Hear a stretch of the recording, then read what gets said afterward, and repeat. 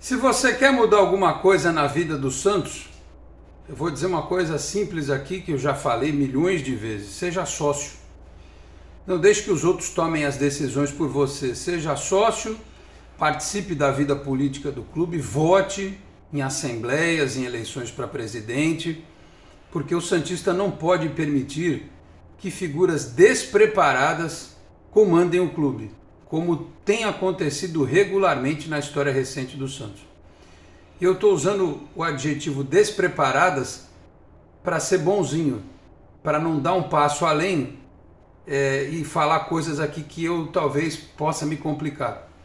Então, eu só vou dizer que são pessoas despreparadas, né? E que, somando-se tudo que elas fizeram, chegaram no ponto onde o Santos está hoje, né? Há um percentual de culpa da gestão atual e existe percentuais das gestões anteriores. Eu queria muito vir aqui hoje falar com vocês de algo positivo, né? Mas não vou nem falar porque no treino o Odair manteve o Camacho, não testou o Ivonei entre os titulares, o se testou não revelou, então não vou nem falar do time porque não teve contratação mais um dia, né? Sem contratação, e basicamente surge mais um esqueleto no armário daqueles que provam por A mais B que o santista precisa em dezembro escolher com critério, não cair no conto da sereia, do tipo, pô, vou montar um time fortíssimo. Eu estou vendo já o cenário de gente dizendo que vai montar um time fortíssimo, né? Tem que botar o pé no chão na realidade. Vamos montar um time competitivo para não passar vergonha, mas para o Santos montar um time fortíssimo não vai ser nenhum político do dia para a noite que vai conseguir fazer isso de 31 de dezembro de 2023 para 1º de janeiro de 2024. Pode conseguir melhorar o entendimento da importância do futebol, o que foi largado pela gestão atual do Santos. Mas de forma alguma pode vender uma ilusão para o torcedor de um time fortíssimo e fazer o que gestões anteriores fizeram, comprometendo financeiramente o clube. É sobre isso que eu vou falar a partir de agora. Meus amigos, um grande abraço, de volta para mais um vídeo aqui do nosso Canal 10, sempre em nome de Peter Leandro e Dani Haddad Fisioterapia. Quer ter mais qualidade de vida e ficar livre das dores? Então, entre em contato com o Peter ou com a Dani pelos telefones 13 99704 0944, 13 99782 7308. Conheça o trabalho também pelo Instagram, @Peter Leandro e Dani Haddad. Também Vila Unitar Premium Beef, a arte do bom churrasco lá na capital paulista, na Vila Madalena. Você faz o pedido pelo WhatsApp 11 98798 4884, 98798 4884. Você pode retirar no local ou pedir a entrega, o delivery na sua casa, tá certo? Dizendo que assistiu aqui no Canal 10, 15% de desconto na primeira compra, tá certo? E tem cada coisa boa, né? Lá com meu amigo Marcão, no Vila Unitar Premium Beef, olha, enfim, recomendo, tá certo? Neste início de vídeo, peço para você que chega agora aqui ao Canal 10 se inscrever, ativar as notificações, deixar o like, que também é importante. Se quiser, torne-se membro do canal. Vamos lá. Eu vou ler aqui a notícia na íntegra, divulgada no Globoesporte.com às 5 da tarde desta quarta-feira, dia 22 de março de 2023. Teve uma atualização um pouco depois e tal. A manchete é a seguinte: Justiça condena o Santos por fraudar documento. Fraudar documento. O Santos apresentou um documento à Justiça e alguém foi lá e fraudou o documento. Isso é um ato criminoso. Em ação de 13 milhões de reais. O Ministério Público investiga. Eu vou ler para vocês. A Justiça de São Paulo condenou o Santos por litigância de má-fé pelo fato de ter forjado um documento juntado em ação em que o clube é cobrado em 13 milhões de reais por um escritório de advocacia. A fraude foi constatada por perícia e agora o Ministério Público analisa a possibilidade de instaurar um inquérito criminal.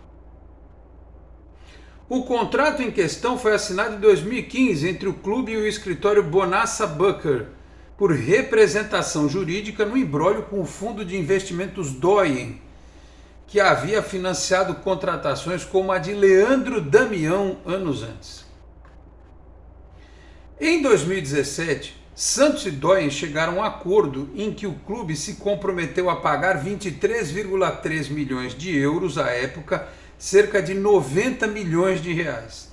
De acordo com o escritório que o Globoesporte.com revelou em 2019, o contrato previa os chamados honorários de sucesso, uma taxa sobre o que o clube economizaria entre o que era cobrado pela Doyen originariamente e o valor que de fato encerrou a disputa. É nessa cláusula que se baseia a cobrança dos advogados. O Santos teria deixado de pagar 107,9 milhões de reais ao fundo de investimentos com o acordo assinado em tribunal arbitral, e o escritório teria direito a 10% disso, valor que depois foi acrescido de juros até alcançar os 13 milhões cobrados pelo Bonassa Bucker. O escritório, porém, indicou à justiça que o contrato juntado pelo Santos no processo omitia essa cláusula, por ter sido forjado. O clube, então sob a gestão de José Carlos Pérez, teria trocado a página 2 do acordo em questão pela página 2 de outro contrato, assinado com o mesmo escritório em que a cláusula de sucesso aparecia na primeira página. A fraude foi constatada por perícia realizada no andamento do processo que está sob sigilo. O trecho da sentença do dia 13 de fevereiro afirma o seguinte: o ato ilegal perpetrado pelo embargante, que é o Santos, foi revelado pelo laudo pericial que concluiu de forma expressa que o Santos incluiu um documento falso junto à petição inicial dos embargos. O Santos foi condenado a pagar o valor cobrado pelo Bonassa Bucker, que deverá ser calculado com juros e correções, além de 10% do valor da causa em honorários à defesa do escritório, mais multas de 10% ao escritório e de 9,9% ao Estado por litigância de má-fé. O clube pode recorrer. Neste mês foi determinado o envio dos autos ao Ministério Público para que seja analisada a possibilidade de o clube ou dirigentes da época serem processados criminalmente. O GE procurou um representante do escritório que não quis comentar a decisão. Procurado, o Santos optou por não se pronunciar em obediência ao sigilo decretado no processo. 13 de fevereiro, né? Nós estamos mais de um mês depois. Então, esse fato talvez não tenha sido divulgado justamente porque o Santos discute judicialmente, né? Tanto é que foi essa a resposta que foi dada agora. Me estranha o fato disso ter sido vazado só agora, né? No momento em que o Santos está dizendo que não tem dinheiro, que qualquer jogador custa 1 milhão. Pois é, qualquer jogador bom custa 1 milhão. Qualquer mais ou menos custa 500 mil hoje em dia. Vídeo Mendonça, Angulo e outros aí, né? Abaixo de 500 mil é tudo jogador hoje em dia iniciante. Então, elenco de qualidade, o mais baratinho custa 500 mil. Jogador top vai custar para mais de 1 milhão. Então, isso todo mundo já devia saber, né? Não é nenhuma novidade.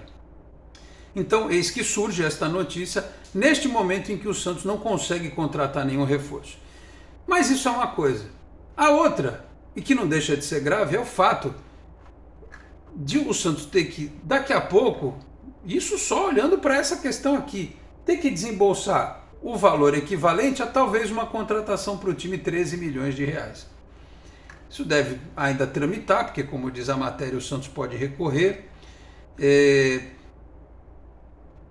e tentar transferir a responsabilidade para quem de direito, quem foi responsável por esta adulteração de contrato, e não para a instituição em si. Eu imagino que seja essa a linha de defesa do departamento jurídico do Santos. Que eu estou só fazendo uma ilação aqui, porque não tem como comentar o fato, o Santos não diz nada, então a gente não sabe. De toda forma, reforça a tese de que o Santos hoje é um clube que, eu tenho preocupação com o futuro. Porque na campanha vai ter gente dizendo que vai conseguir equacionar a dívida ou pelo menos equilibrar e vai ter um time super competitivo. Como eu já falei aqui, o Água Santa provou que para ser competitivo basta você ter o mínimo. O Santos com o Sampaoli era competitivo e não tinha um super time, né? Achou o Soteldo, o Marinho se recuperou aqui no Santos, né? O Pituca, o Santos achou o Pituca, achou o Luan Pérez. Foi um time que foi moldado ali, né? Os jogadores que subiram da base, o Lucas Veríssimo se firmou, o Caio Jorge foi útil e tal. Foi o último time de futebol de verdade que o Santos teve, porque depois daquilo foi só a brincadeira de mau gosto, né? Tirando um ou outro momento ali, na passagem do Carille, um outro momento do Bustos e tal, porque o Santos não tem um time de futebol, né? Ele tem algo que tenta ser um time de futebol, faz tempo que não é, porque competitivo foi o Santos da Libertadores de 2020, depois disso não houve mais competitividade, foi só um time que se segurou para não cair, para não passar vergonha, e passou vergonha, e a gente não sabe o que vai acontecer daqui para frente. Então assim, a parcela de gestão, a parcela de responsabilidade da gestão atual existe, mas o clube não estaria na condição que está se não fosse por casos como esse que eu acabei de relatar para os senhores aqui, né? Porque aí mesmo o presidente menos capaz e menos entendedor de futebol, ele ia ter um pouquinho mais de recurso para conseguir resolver uma coisa ou outra.